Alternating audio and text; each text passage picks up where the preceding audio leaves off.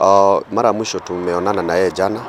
Kama vile wengi wanajua, tulikuwa kwa Mheshimiwa Deputy President Rigathi wa Gachagua huko Karen, na tulikuwa tumepeleka bill ambayo tumepitisha hivi juzi, the alcoholic bill, na ilikuwa ni bill ambayo ilikuwa imepelekwa mbele na committee ya Youth and Sports pamoja na kamiti ya Public Service. Mimi niko katika kamiti ya Public Service na Mheshimiwa Ezra alikuwa ni mmoja wa committee members wa Youth and Sport, na alikuwa ana debate sana kuhakikisha kwamba tumeweka sheria ambazo zitaweza kupigana na maneno ya madawa za kulevya, maneno ya kupeana leseni kwa wale ambao wanauza pombe, na debate yake katika bunge ilikuwa inaonyesha kwamba ni mtu ambaye anajua na anafahamu kazi yake,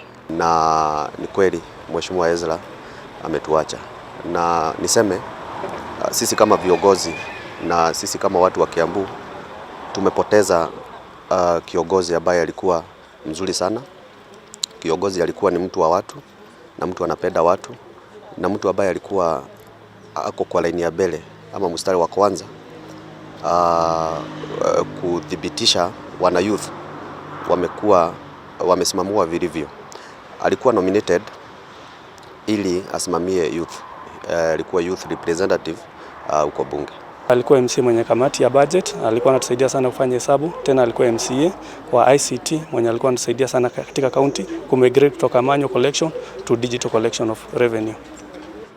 Ezra ni kiongozi, akienda kwa church hata ni kiongozi. Yeye ndio anasimamia YCA, is a patron of YCA. Ni kiongozi. Sisi kwetu kanisani, kiwa mwanasiasa hatukupatiangi cheo ingine kwa kanisa, lakini Ezra alikuwa anaenda overboard. Wakati kuna jambo lolote kwa kanisa, Ezra ungemuona akisafu. Alikuwa like a permanent usher kwa kanisa, kwa mlango, kwa kulinda mlango, kwa kulinda kila kitu. Ezra ndiye alikuwa anatusaidia.